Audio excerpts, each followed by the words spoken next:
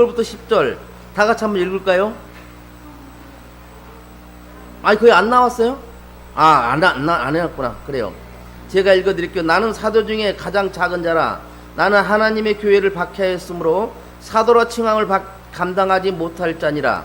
그러나 내가 나된 것은 하나님 은혜로 된 것이니 내게 주신 그의 은혜가 헛되지 아니하여 내가 모든 사도보다 더 많이 수고하였으나 내게 한 것이 아니요 오직 나와 함께 하신 하나님의 은혜로라. 저걸 최대한 약해 틀어놓으면 안 돼요? 약하게 지금? 일단 할 동안만.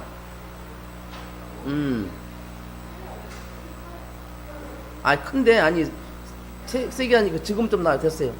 그 다음에, 그 밑에 청지기직은 다 같이 한번 읽어봅시다. 시작. 청지기직은 하나님의 사랑에 대한 감사의 표현으로 시작되어야 한다. 하나님은 우리를 죄악에서 구원해 주셨고, 온갖 좋은 것을 다 주셨으므로, 감사 마음에서 모든 것을 바쳐야 한다. 내게 있는 것들 중에 받지 아니한 것이 무엇이냐? 내 모든 은사는 하나님께로부터 왔으니 라고 말씀하고 있다. 우리 자녀, 건강, 재산, 재능 모든 은사는 누구로부터? 하나님께로부터 왔습니다. 그러므로 하나님께 감사 마음이 우러나 봉사해야 한다. 그러니까 우리들이 하나님께서 내게 주신 것을 제대로 인정하지 못하기 때문에 하나님에 대한 감사와 봉사들이 부족해요. 사람 상태에서 누가 나한테 큰 것을 줘서 나한테 엄청난 도움을 줬다면 스스로 감사하고 스스로 가서 봉사하고 섬기려고 할 거예요.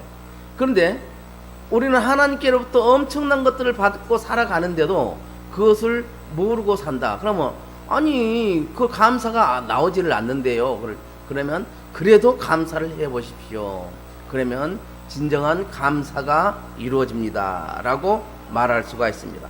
두 번째, 사랑의 정신이 있어야 돼. 청지기직은 감사의 정신이 있어야 되고 사랑의 정신이 있어야 됩니다. 한국교회 잘못된 사상은 맡은 자와 맡긴 자의 관계라는 거예요. 맡은 자는 목사요, 맡긴 자는 장로라 생각해서 목사는 생각이나, 그러니까 장로교회에서 장로가 목사한테 뭘 맡겠다 그래요. 그래서 장로들이 엄청나게 권위를 위해서 목사를 내쫓기도 하고 또 청빙하기도 해요. 그리고 목사는 주인이요 장로와 교회는 심부름꾼이라는 생각이 잘못됐다는 거죠. 그래서 목사와 장로 사이, 앞으로 우리도 장로가 나올 텐데 목사와 장로 사이에 보이지 않는 경계선이 쳐져 있으면 안 돼요. 그 경계선이 허물어져야 되는 겁니다.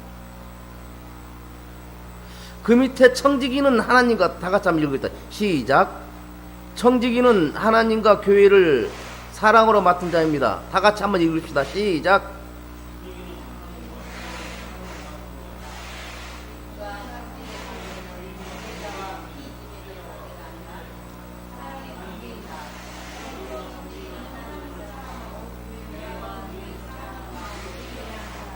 아멘. 청지기는 하나님과 교회를 사랑으로 맡은 자다. 주인과 청지기 관계는 지배자와 피지배자의 관계가 아니라 사랑의 관계로 이루어져야 된다. 저기 누가 저렇게 시끄러워요? 저거 못하게 하세요. 시원해야 되니까 안 돼. 세 번째, 충성의 정신이 있어야 합니다. 양서미서 누가복음 12장 36절 찾아보세요. 누가복음 12장 36절.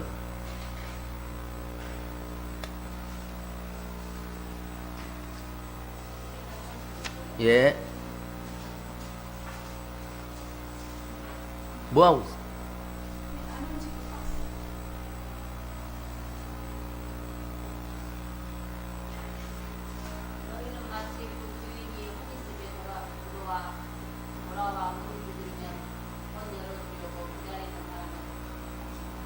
아멘.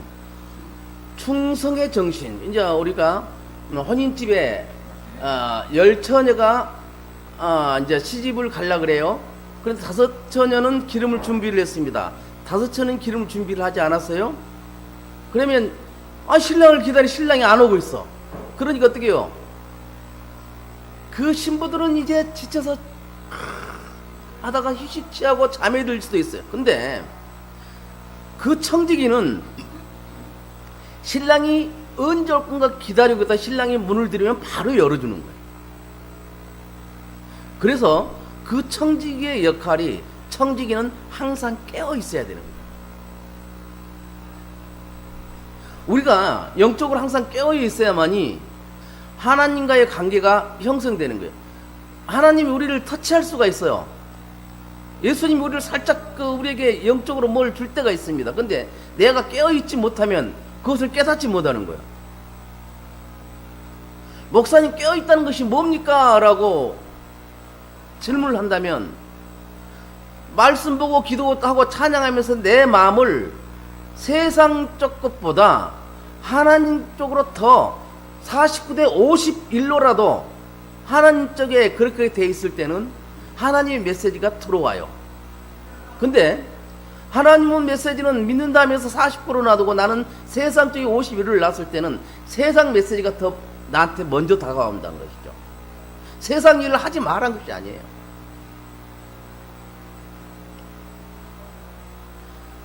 그 밑에 한번 읽어봅시다. 진실하고 시작. 진실하고 충성된 청지기는 주인만을 위해 일해야 한다. 맡겨주신 주인을 위해 일한다는 정신이 없이는 충성된 청지기가 될 수 없다. 주인이 엄연히 있으므로 위탁받은 것을 자기 마음대로 사용할 수 없다. 주인의 것을 관리하는 청지기는 주인의 뜻을 따라 주인을 위해 일해야 한다. 아멘. 그러면 우리의 주인이 누구냐 얘기죠. 우리의 주인이 누굽니까? 그래요, 하나님이십니다. 우리는 하나님을 위해 살고 하나님을 위해서 일을 해야 하는 것이에요. 주인이신 하나님을 위해 일하려는 청지기의 기본 정신 7가지가 있습니다. 다 같이 시작. 1. 하나님은 모든 것을 다스리는 최상의 주권자이시다. 2. 하나님은 인간을 이 세상에서 그의 신실한 청지기로 두셨다.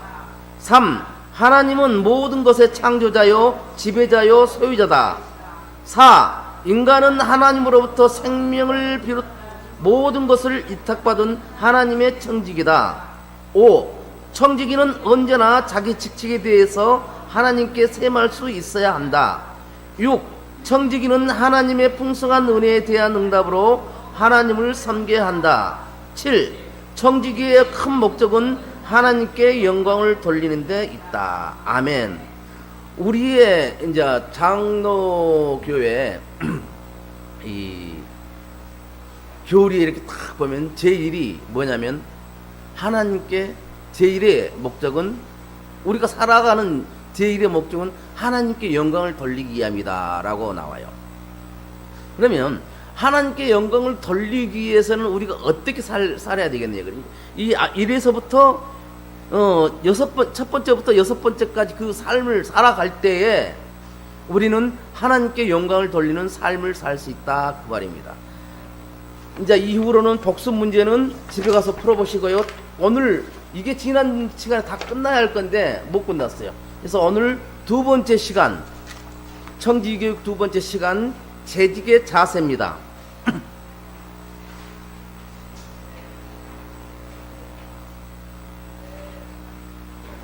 교회란 무엇인가?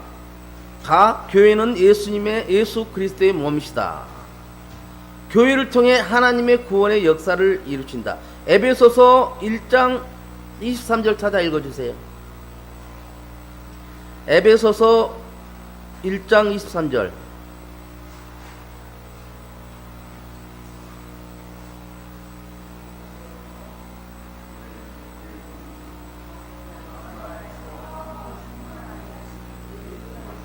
다 같이 한 목소리 시작.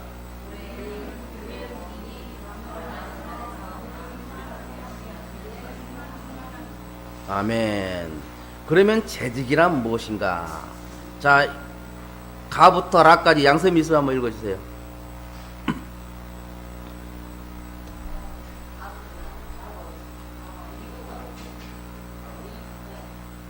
재직이란 무엇인가 거기 안 나왔어요?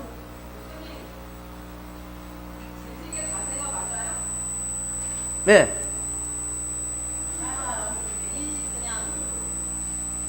아, 그 안 써져 있어요. 그냥, 아, 내가 읽어줘야 되겠구나. 재직이란 무엇이냐? 1. 재직이란 교회 직원인 교역자, 장로, 권사, 집사를 말한다. 여러분이 모두가 재직에 들어가는 겁니다. 재직은 하나님으로부터 주어진다. 사람으로부터 주어진 것이 아니라 하나님으로부터 주어진다. 세 번째, 직분은 임의로 그만두면 안 된다. 우리 이하우 집사님 어디 있어? 뭐 한 맨날 그만둔다 그 직분 사표 낸다고 그래서 이렇게 하는데 그것은 임의로 할 수가 있는 것이 아니다. 4. 직분에는 반드시 상급이 있습니다.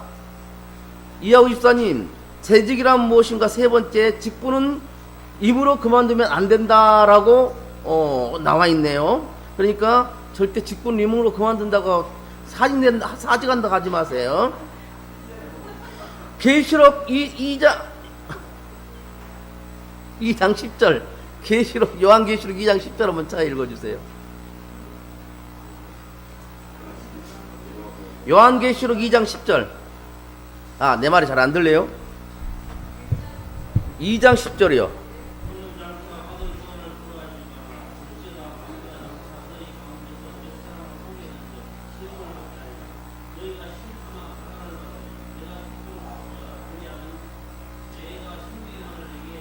아멘. 내가 죽도록 충성하라. 그리하면 생명의 면류관을 내게 주리라 라고 말씀하고 있습니다. 그러면 재직이 하는 일들이 있습니다. 재직이 하는 일들은 뭐냐면 교회 살림을 해야 되고 성도들을 섬겨야 하고 예배와 각종 행사에 봉사해야 합니다. 그리고 목회자의 목회를 협력해야 하고 교인의 본을 보여야 하는 겁니다. 예배 출석, 정직한 헌금생활, 그리고 치리에 복종하는 겁니다. 치리라는 것은 뭐냐면 뭘 이렇게 잘못했어요. 그럼 교회에서 3주 동안 교회 나오지 마세요. 그러고 이제 이 당회가나 그래서 결정을 내요. 그러면 이제 거기서 말을 할 거 아닙니까? 그것을 치리라 그러거든요. 근데 내가 하면서 이제 덤벼들 때가 있어요. 그러지 말고 순종해야 된다 그 말이죠. 그리고 룻에게서 배운 직분의 자세에 대해서 함께 알아보겠습니다. 룻은 이삭 줍는 작은 일에 충성을 다했어요. 마태복음 25장 21절 보면은 그 주인이 이르되 잘하였도다 착하고 충성된 종아, 내가 작은 일에 충성하였으면 내가 많은 것으로 내게 맡기리니 내 주인의 즐거움에 참여할지다. 아까 들어봤던 말씀이죠. 그리고 룻은 허리를 숙여서 일했어요. 빌립보서 2장 3절을 보면 아무 일이든지 다툼이나 회영으로 하지 말고 오직 겸손한 마음으로 각각 자기보다 남을 낮게 여기고, 세 번째로 룻은 잠시 쉬는 것 외에는 하던 일을 계속 했습니다. 그러니까 룻기에서 나오는 룻기의 주인공은 룻이죠. 룻이라는 여인이에요. 나오미의 며느리예요.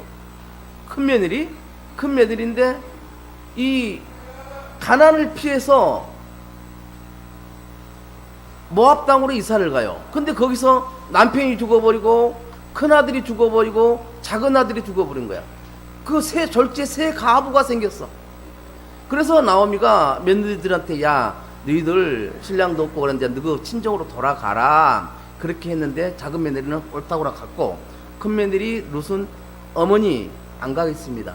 어머니가 섬기는 하나님이 내 하나님이고 어머니가 섬기는 백성이 내 백성입니다 라고 하면서 어머니 나오미를 따라가는 거예요. 그런데 나오미가 이제 이스라엘 땅으로 돌아와서 먹을 것이 없으니까 그때는 이삭을 주어서 연명한 사람들이 있었어요. 그래서 농지를 소유한 자들이 이삭을 줍지 마라 그래요. 이 일꾼들한테 밑에 떨어진 이삭은 줍지 말아라. 그 말은 가난한 사람들 와서 줄 수 있도록 해주는 거야. 그리고 또 어떤 경우가 있냐면 밭에 내 기퉁이는 추수를 하지 마라고 합니다. 그것을 11조로 연결이 되는 거죠. 그러면 그것을 어려운 사람들이 그것을 배우다가 양식으로 사고 살아갈 수 있도록 해줬다는 거예요. 그래서 이제 그 룻이 이스라엘 와서 먹을 것이 없으니까 보아스의 밭에 가서 이삭을 주십니다. 나중에 보아스하고 결혼을 해서 이제 자식을 낳죠. 그러면서 거기서 다윗이 나오는 거예요. 그런데 그 룻이 이삭을 죽을 때의 그 자세가 우리 재직들이 해야 할 그런 자세다는 거죠. 그러니까 작은 일에 충성을 했고, 이삭 줍는 것이 큰 일은 아니잖아. 근데 정말 충성해서 많이 주워다가 시어머니한테 드리고 섬기잖아요. 그리고 허리를 숙여서 일했어요. 이삭을 주우려니까 허리를 숙여서 일을 하는데 그것을 겸손이라고 표현합니다. 그리고 룻은 잠시 쉬는 일을 빼고는 열심히 주었다. 충성했다는 것이죠. 우리는 하나님의 나라를 세우는 거룩한 역사의 부름을 받은 사람들이 우리 재직들입니다. 주인의 몸인 교회를 위해서 수고를 아끼지 않는 여러분들이 되시기를 바랍니다. 이 세상의 모든 존재는 다 제자리가 있습니다. 사람은 저마다 제자리를 알고 제자리를 지키고 그 자리에 없어서는 아니 될 사람이 돼야 합니다. 교인은 교인의 자리가 있어야 되고 재직은 재직의 자리가 있어야 합니다. 교인은 예배 참석과 헌금과 치리에 복종할 의무가 있습니다. 이러한 직무를 감당하는 교인 중에서 선택받은 사람이 여러분들 재직이다 이 말입니다. 그러면 재직이 지켜야 할 자세는 무엇입니까? 첫째, 재직의 신앙적 자세. 이건 나왔어요? 네, 그래요. 첫 번째, 주의 날을 존중히 여기는 자세입니다. 그 밑에 바로 읽어보죠. 초기 교회는 시작.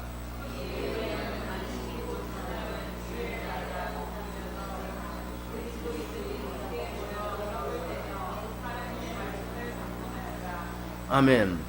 이제 초대교회는 이렇게 이제 대형 교회들이 아니었어요.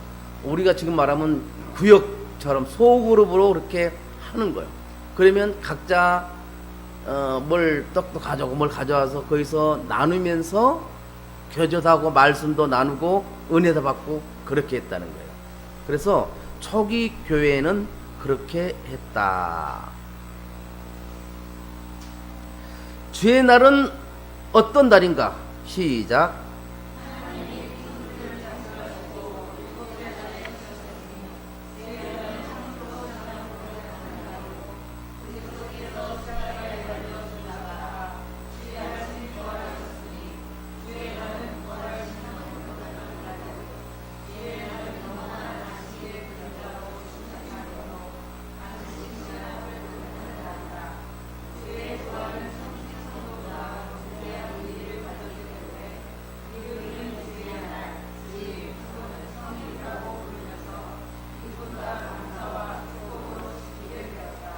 아멘.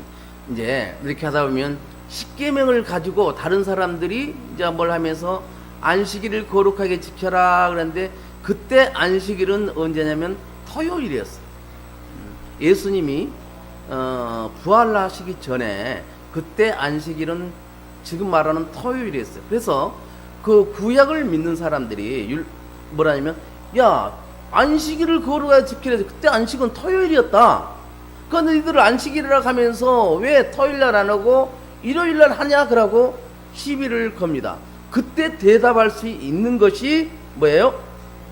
일요일은 주의 날, 주일 또는 성일을 부르면서 한다. 이것은 뭐냐면 주일날 예수님께서 부활을 하셨거든요. 그래서 안식 후 첫날, 그러니까 토요일이 안식일이잖아요. 그러면 안식 후 첫날이 주의 날이에요. 주님이 부활하신 날이에요. 그래서 우리는 세상 사람이 말하는 일요일날 우리는 주일이라고 해서 예배를 드린 겁니다. 그래서 모든 주간은 주일부터 시작하는 겁니다. 먼저 교회에서 은혜를 받고 말씀을 받고 나머지 월요일부터 토요일까지 살아가는 거예요. 그래서 달력이 보면 주일이 제일 먼저 나와 있어요. 우리가 흔히 월요일이 제일 먼저라 그럼 월요일 제일 달력이 나와 있어야 될 거 아닙니까? 근데 그렇지 않아요. 주일이 제일 먼저 있는 거예요. 주일날 은혜를 받고 내가 영의 양식을 충분히 먹고 취하고 나서 나머지 그 힘으로 6일을 살아가는 거예요. 주의 날은 예배의 날입니다. 주의 날은 하나님께 예배 드리는 날이며 부활하신 그리스도가 현재 계시다는 확신 기쁨을 나타낸 날입니다. 주의 날은 휴식뿐 아니라 하나님께 예배 드리기 위한 성별된 날입니다. 주의 날을 존중히 여기지 않거나 예배를 드리지 않는 재직은 그리스도의 증인의 자격이 없습니다. 안식일을 거룩해 죽기라는 주의 날은 예배의 날이라는 것을 명심하시고 주의를 잘 지켜 나가시길 바랍니다. 두 번째, 주의 날은 선행의 날입니다. 시작.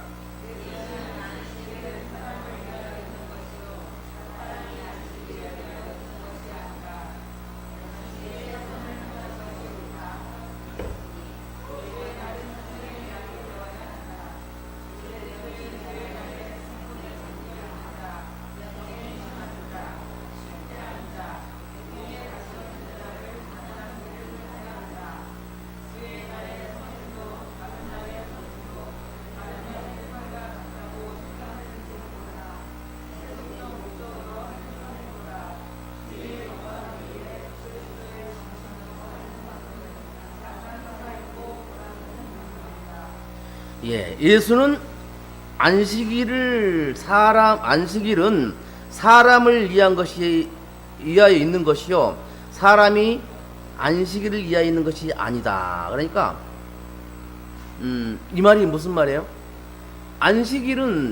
이게 안식일이 있는 것은 사람을 위한 것이니까 어떻게 해야 돼요?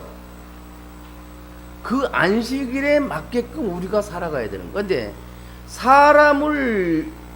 사람이 안식일을 위하여 있다고 하면은 사람이 뭐예요? 멋대로 어떻게 할 수가 있는 거예요. 안식일은 사람을 위하여 있다. 이것을 우리가 잘 아셔야 돼요.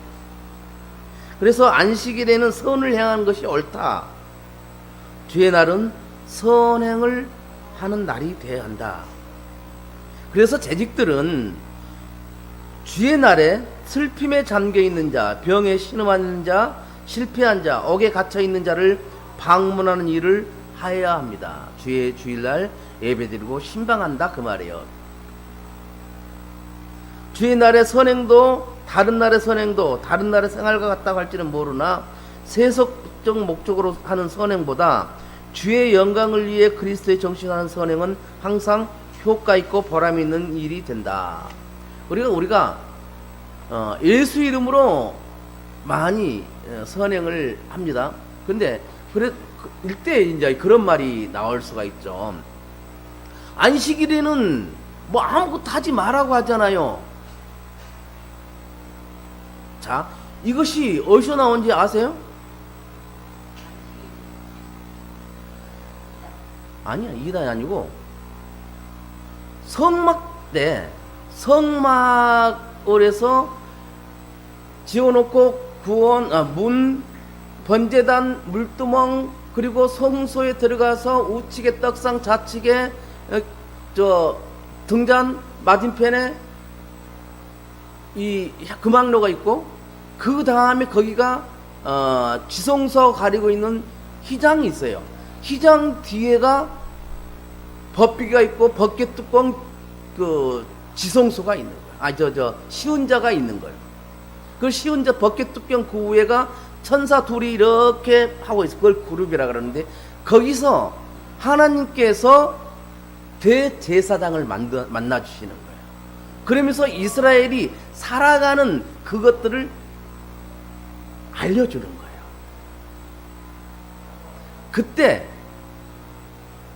그때부터 안식일 날은 아무것도 하지 마라.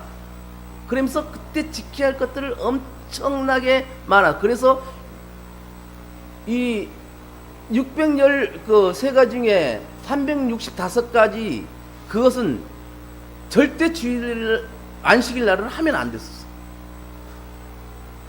그래서 그것이 나오면서 이제 그 목사님들이 주일 성수 하면서 주일에는 예배에는 아무것도 하지 마세요 그렇게 말하는데 그것은 아니에요. 교회를 이한 일은 주일날 해도 됩니다. 즉 하나님의 영광을 드러낸 일에는 해야 되는 거예요. 자 봅시다. 안식일에 아무것도 하지 마라 그랬어. 우리가 일하고 있는데 밑에가 큰 뭐가 있는데 교통사고가 났어. 도와줄 사람이 하나도 없어. 누가 와서 목사님 사고 난 사람 좀 구해주세요. 그럼 우리가 가서 구해야 될까요? 말해야 될까요? 구해야죠. 안식일 거룩하게 지키려 했다고, 거룩한 날에는 피도 보지 말고 아무것도 하지 말했다고 그냥 그러고 있을 거냐? 아니라는 것이죠. 주의 영광을 위한 주의 선행을 하는 것은 해라 그 말이에요. 누구 이름으로? 예수 그리스도 이름으로. 그래서 주의 날은 선행을 하는 날이다. 그러면 주의 날은 어떻게 지킬까요? 시작.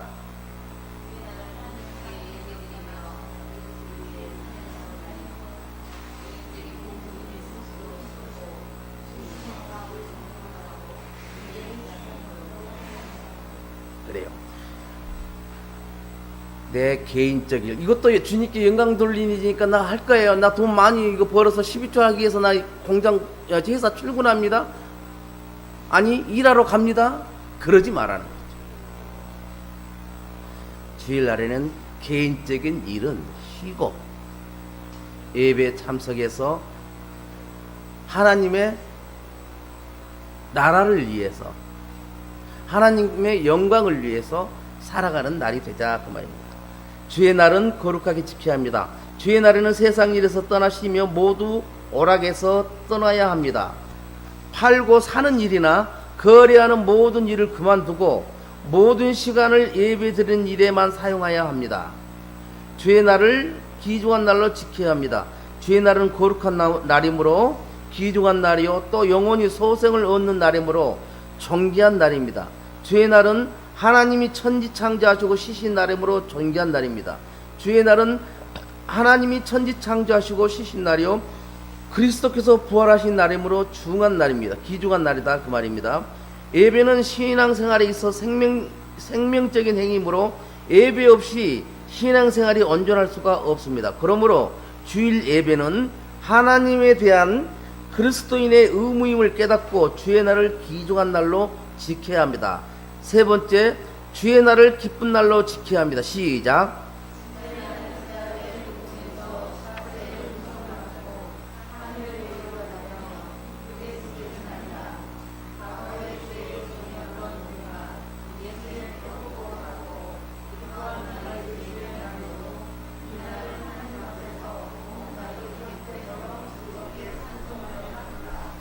아멘. 큰 두 번째, 예배를 존중히 여기는 자세. 요한복음 4장 24절 찾아서 한번 읽어주세요. 요한복음 4장 24절.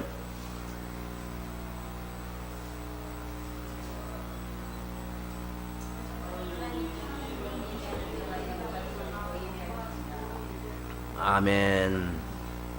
교회의 유일한 기능은 하나님께 예배드리는 일입니다. 예배란 하나님께 무릎 꿇고 경배해 드리는 일입니다. 시인은 이게 시인이라는 것은 시편의 기자를 말하는 거예요. 오라 우리가 굽혀 경배하여 우리를 지으신 여호와 앞에 무릎을 꿇자라고 노래했습니다. 그러면 첫 번째 예배 대상은 누구입니까? 시작.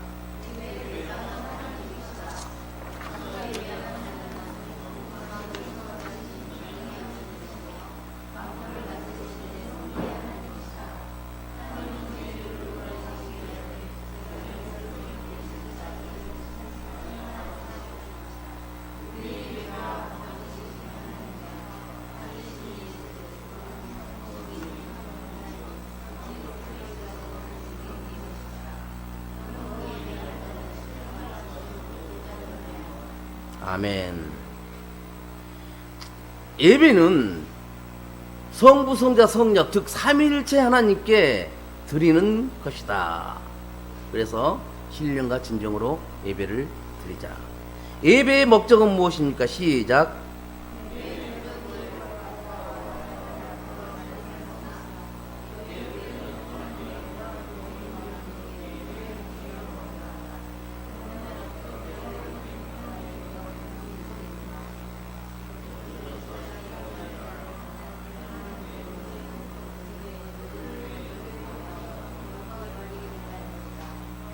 예배를 통해 믿음, 사랑, 소망, 용서, 겸손 등이 함양되어 교인들이 교회에서나 가정에서나 사회에서 덕스러운 생활을 하게 된 자연 그 생활을 통해서 하나님께 영광이 돌아가게 된다는 것입니다.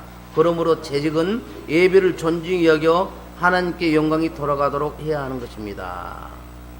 이 말이 무슨 말입니까?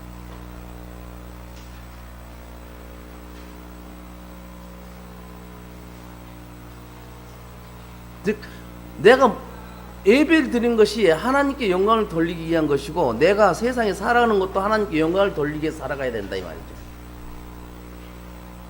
근데 때로는 나도 모르게 사단에게 속아서 살아갈 때도 있습니다. 어느 날 그것이 깨달아질 때는 즉시 어떻게 해요? 회개하고 예수 그리스도 이름으로 원수 마귀를 물리쳐야 되는 거예요. 우리가 기도할 때 예수 그리스도 이름으로 선포하는 기도는 참 좋습니다. 그 능력이 있는 기도가 되는 거예요. 기도하는 것, 이 주저되고 기도하는 것이 나는 도저히 안 되겠어요. 그런 분들은 저한테 말씀하십시오. 그러면 제가 기도책을 사서 제가 사인해서 선물할게요. 대표 기도든 뭘 하든 하여튼 기도에 대한 것을 책을 사서 선물해 드릴게요. 개인적으로 카톡 하시면 됩니다. 예배 준비는 어떻게 합니까? 시작.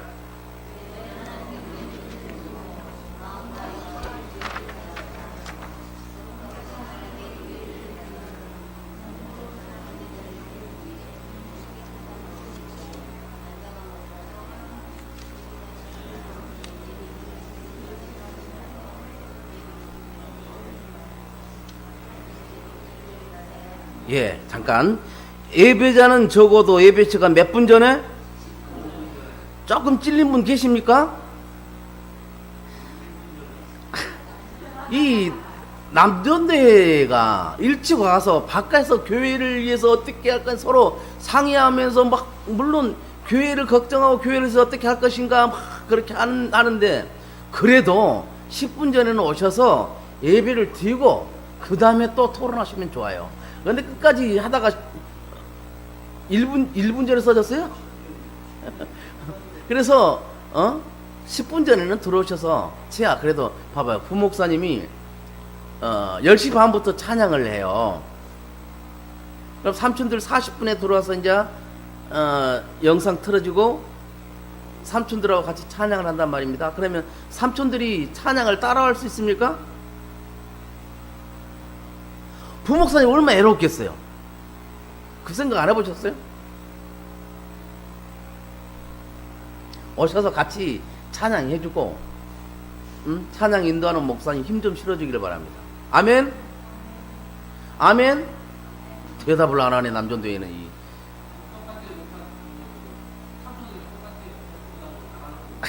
부목사님 저 남전도에 교육 좀 시켜야 되겠습니다.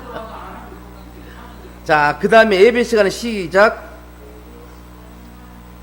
예배 시간은 하나님과 약속 시간이기 때문에 지각을 하지 않도록 해야 됩니다. 예배는 죄인이 자기 죄를 깨닫고 엎드려 자복하는 마음과 복종하는 신실한 행동이 따라야 합니다. 예배 좌석은 앞자리부터 차례로 앉아야 하며 안내를 맡으면 예배 30분 전에 나와서 예배 분위기를 경건하게 하려고 문을 단속하고 어린이들은 살피며 잡음이 나지 않게 해야 합니다. 잠깐. 중간에 예배 좌석은 앞자리부터 차례로 앉아야 하며 이게 이제 우리가 이제 유튜브로 방송이 된단 말입니다. 그러면 이렇게 앞자리부터 앉아서 있으면 유튜브로 다 제대로 사람들이 이렇게 보이기 때문에 자오신토 교회도 성도님들이 꽤 되는구나 그렇게 하는데, 뒷자리에 앉아버리면 사각이 되기 때문에 보이지가 않아. 그럼 전부 다 보이는 게 삼촌들하고 앞에 양 집사님, 권사님, 이 집사님 이 정도만 보이는 거야. 그러면 그것이 우리 자오신토 교회에 도움이 되는 예배 자세입니까? 앞에부터 앉아서 자리를 채워서 정 안 되면 삼촌들하고 옆에 앉아 삼촌들 손이라도 잡고 예배를 드렸으면 참 좋겠어요. 그게 그렇게 소원이에요. 주일만큼이라도 우리 성도님들이 제 한 사람씩 손잡고 같이 예배를 드린다면 정말 좋겠어요.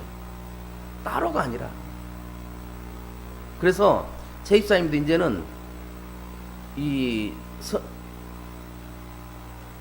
한 줄씩 한 줄에 한 사람씩만, 삼촌들 한 줄에 한 사람씩만 앉히십시오. 나머지 그 사이로 성도님 들어가서 같이 앉게끔.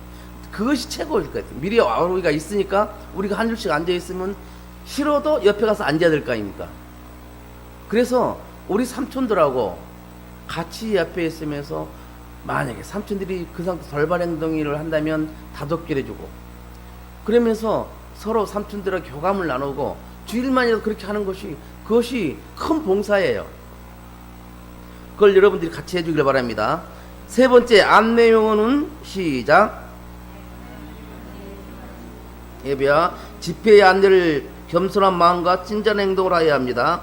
헌금 봉사를 맡은 재직은 복장과 화장은 단정하고 덕스럽게 하되, 기도하는 마음과 경건한 모습으로 수금하되 예배 후 헌금을 회개에 징계하여야 합니다. 헌금위원은 그 주간의 모든 수금과 책임을 집니다. 이것은 우리 삼촌들이 하고 채입사모 하고 있는데, 앞으로는 성도가 많아지면 삼촌 한 분, 성도님 우리 일반 재직 한 분이 같이 헌금하는 시간으로도 점점 바꿔 나갈 거예요. 지금은 삼촌들이 헌금하게 된 건 우리 이교 청년 때문에 된 건데, 느닷없이 헌금방울 들고 와서 그때 이 집사님이 양섬 집사님 한테 헌금할 분이 없었어. 근데 우리 교호 청년이 헌금방울을 들고 돌았어요. 그게 시초가 된 거야. 이 작은 것에서 그것을 발견해갖고 같이 한다는 게 굉장히 중요하거든요. 세 번째, 예배자는 그 밑에 예배자는 교회 출석함으로 예배되는 것이 아닙니다. 그러므로 찬성을 부를 때 같이 감사한 마음으로 힘차게 부르고, 기도할 때 기도를 같이 하여, 설교할 때 그 말씀을 하나님의 말씀으로 받아들여야 합니다. 예배의 모든 순서에 정성을 다해 참여함으로 하나님께 영광을 돌리며 은혜 받는 시간이 되도록 힘써야 합니다. 같이 읽자니까 나 혼자 읽고 있네. 세 번째, 말씀을 존중히 여기는 자세. 계시록 22장 18절로 19절. 성경진 집사님 찾아서 먼저 읽어주시고, 읽고 난 다음에 다 같이 읽겠습니다. 성경 찾는 연습도 해야 됩니다. 요한계시록 맨 끝에 보면 있어요. 요한계시록 성경 맨 뒤쪽에 보면은 요한계시록이요. 22장 18절 19절.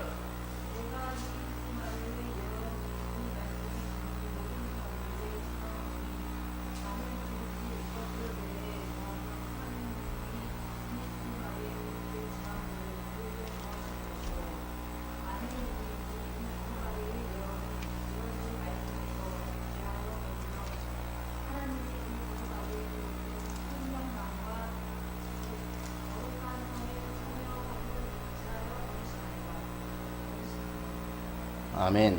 자, 다 같이 한번 읽겠습니다.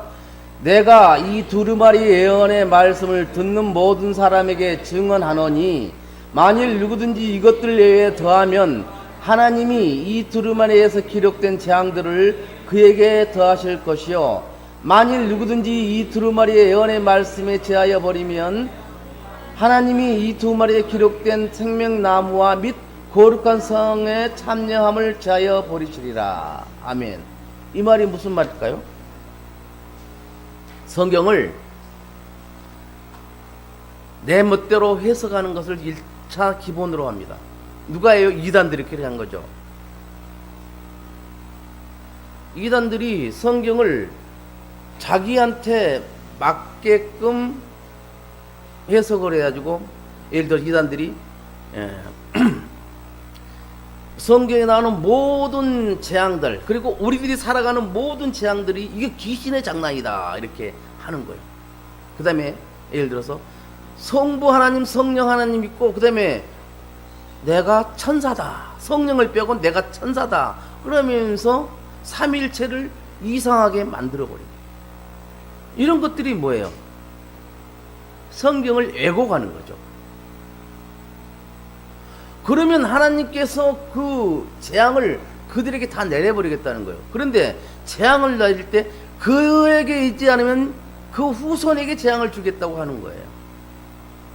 우리 부모들은 내가 고생을 하더라도 내 새끼만은, 내 자식만은 고생 안 하고 살았으면 하는 마음이 부모의 마음입니다.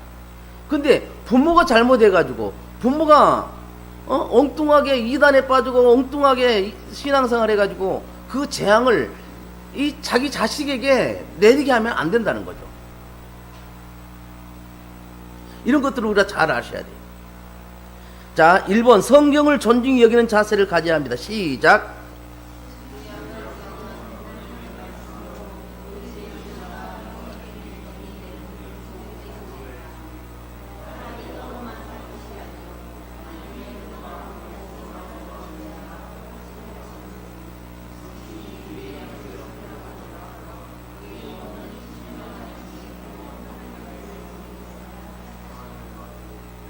모든 성경은 하나님의 감동으로 된 것으로 인간에게 진리를 가르치고 잘못을 책망하고 허물을 고쳐주고 의로 교육하게 해주신 하나님의 말씀인 성경을 사랑해야 합니다. 그리고 재직은 성경의 애독자가 되어야 합니다. 이 말에서 우리 잠시 수업합시다. 자, 성경 지금 내가 계속 읽고 있는데 어디까지 읽었어요? 자기 읽고 있는 거 어디까지 읽었다고? 자, 구약은 다 읽으신 분? 최 집사님. 자, 창세기는 읽으신 분? 창세기는 다 그래도 읽었을 겁니다. 출애굽까지 읽었을 거예요. 레위기에서 안 넘어갑니까? 레위기가 뭔지도 모르죠. 성경 읽어야 돼요. 제가 지금 일부러 불러서 성경을 찾아서 읽으라고 하고 있는 이유가 뭐냐? 성경을 이렇게 어디가 뭐가 있는지 모르는 성도님들이, 재직들이 참 많아요. 어디 가서 어디 쪽에 그런 거. 성경을 내가 자꾸 찾다 보면 어디 말씀 뒤에 뭐가 있다는 것을 알게 됩니다. 그래서 성경을 잘 찾아요. 저는 찬송 같은 것은 성경책, 찬송가 책을 보면서 찬송하기를 원하는 사람이야. 이걸 띄우지 않고, 복음성가는 이게 없으니까 복음성가는 이걸 띄우는데, 찬송 부를 때는 영상을 이걸 빼고 음성만 해서 찬송가 책을 펴고 같이 부르는 것이 더 좋다고 생각하는 사람이에요. 그래야 찾아가는, 찬송가 찾아고 몇 장이 어디가 있다는 것을 아는 거예요. 옛날에 이런 게 없을 때는 성도님들이 성경책 갖고 있으니 성경도 잘 찾고 찬송도 잘 찾았어요. 근데 지금은 영상으로 이렇게 해버리니까 몇 장 뒤에 뭐가 있는지 아무것도 몰라요.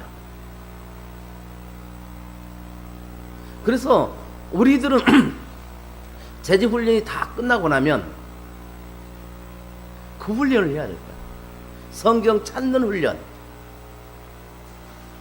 우리 송경진 집사님은 목사님 뭐 숙제 내주려는갑다, 저렇게 하는갑다, 또 머릿속에 그렇게 생각하지 마시고, 숙제 내는 거 아니에요. 숙제 내는 거 아니에요.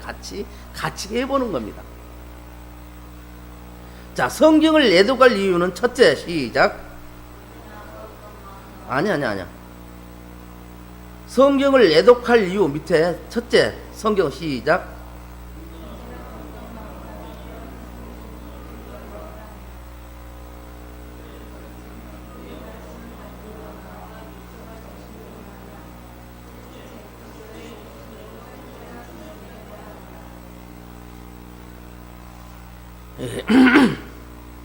성경을 애독한 정신은 첫째, 언제나 거룩한 마음과 기대하는 정성으로 성경을 읽어야 하고요. 둘째, 기쁘게 가르침을 받을 마음과 복종할 정신으로 읽어야 하고, 셋째, 그리스도의 정신대로 살고자 힘쓰면서 읽어야 하는 거예요. 그래서 성경 애독의 방법은 첫째, 성경은 매일 읽어야 하고요. 둘째, 성경은 기도하면서 읽어야 되고, 읽으면서도 기도하는 마음이 있어야 깨닫게 됩니다. 성경 읽으면서 아하로 깨달을 수, 하나님 내가 성경을 읽는데 아하로 깨닫게 해주세요 라고 기도하면서 읽으면 성경이 깨달아집니다. 셋째, 해석하기 어려운 난해구를 풀려고 하거나 단지 지식만으로 성경을 연구하는 것은 마귀의 게임에 넘어가기 쉽습니다. 이 말이 무슨 말이냐면, 성경을 읽다 보면 어려운 대목이 있어. 그러면 인간적인 방법으로 그것을 해석하려고 그렇게 하다 보면은 성경에 벗어난 걸로 해석하는 거예요. 그래서 난해구 보면 성경의 답은 성경 안에가 있습니다. 어려운 것이 있으면 그냥 그걸 고민하지 말고 넘어가서 읽으세요. 그러면 읽다 보면 아하, 이거 어디서 봤는데 찾아보면 아, 이게 그 말이었구나 하면서 아하라고 깨달아지는 거예요. 그러니까 어려운 게 이해가 안 되는 게 있다고 그걸 파고들지 말고, 예를 들자면 어떻게 시아버지하고 며느리가 그래서 자식을 낳을 수가 있느냐. 그러면 이게 우리 잣대로 보면 참 이 말도 안 되는 거거든. 근데 거기서 우리 잣대로 보고 막 고민하지 말고 넘어가시라는 거죠. 넘어가다 보면 하나님의 뜻이, 하나님의 계획이 있었음을 알게 되는 거예요. 성경의 모든 것은 짝이 있습니다. 그리고 성경은 예언과 성취로 이루어진 거예요. 성경은 말씀을 예언하고 그것을 이루어지는 거예요. 그래서 하나님 말씀을 하셨는데 이루어지지 않는 것이 하나도 없어요. 그래서 하나님께서 성경을 읽으면서 나한테 주신 감동의 말씀이 있어요. 그걸 잡고 매달리세요. 기도하세요. 하나님 말씀은, 성경은 하나님의 말씀인데 하나님이 이렇게 말씀하셨기 때문에 성경이 기록된 거 아닙니까? 그래서 이 말씀 갖고 제 근거에서 제가 기도합니다. 도와주세요. 해주세요. 하나님께서 역사하십니다. 셋째로, 성경을 전적으로 받아들이며 복종하며 내 전부를 맡겨버린 태도로 읽어야 해요. 온전하게 전심전력을 다해서 읽자는 거예요. 다섯째, 성경은 나 자신의 믿음과 덕을 높이는 한편 남의 믿음과 덕도 높이기 위하여 내 경험을 살려 말씀을 전파하여야 합니다. 자, 두 번째, 설교를 존중히 여기는 자세를 가져야 합니다. 시작.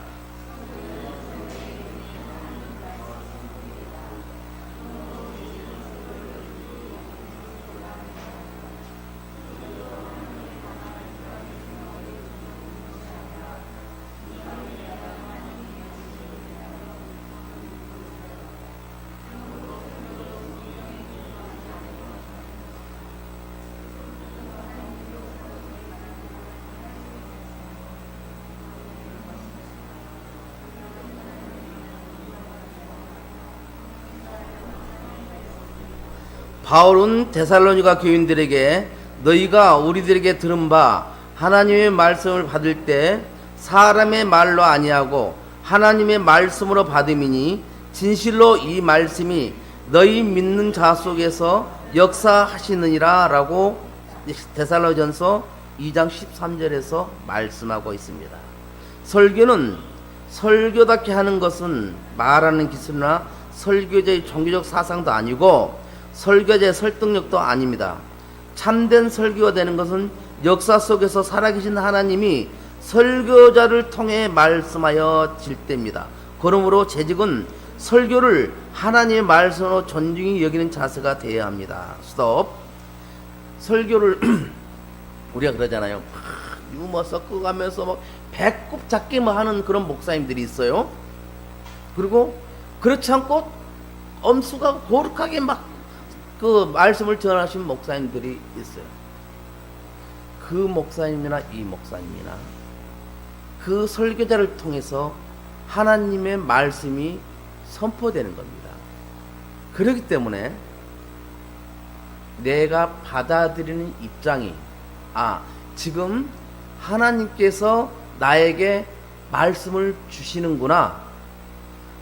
오늘 말씀을 통해서 하나님께서 내게 주시려고 하는 뭔가가 있을 것이다. 그걸 내가 받아들이자 그 마음 갖고 하셔야 되는 거예요.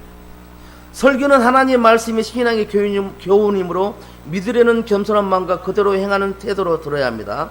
설교를 하나님의 말씀으로 듣고 우리가 어찌할까 하는 재직들이 봉사하는 교회는 부흥됩니다.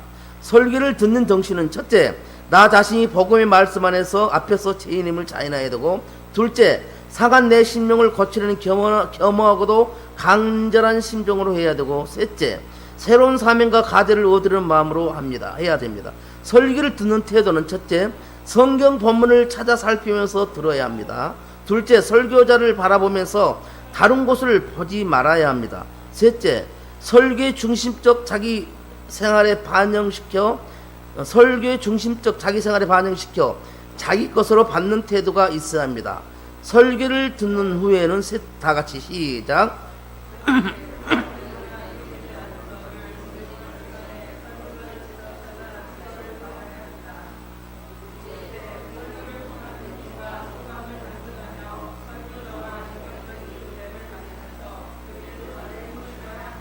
아멘. 기도합니다. 아버지 하나님 고맙고 감사합니다. 오늘은 재직의 자세에 대해서 함께 은혜를 나눴습니다. 아버지 하나님, 저희들이 살아가면서 하나님 은혜 아니면 살아갈 수가 없음을 고백합니다. 은혜로 살아가는 저희들, 하나님의 간섭함이 있었기 때문에 저희들이 지금까지 살아가고 있사오니 아버지 하나님, 저희들을 긍휼히 여겨주셔서 아버지 하나님, 성경을 통해서 아버지 하나님, 저희들이 하나님께서 어떻게 일하고 역사하신지를 깨달아 갈 수 있도록 은혜 내려 주옵소서. 재직들이 이 재직 교육을, 청지기 교육을 통하여서 아버지 하나님, 온전한 그리스도인들이 다 될 수 있도록 도와주옵소서. 예수님의 이름으로 기도드리옵나이다. 아멘.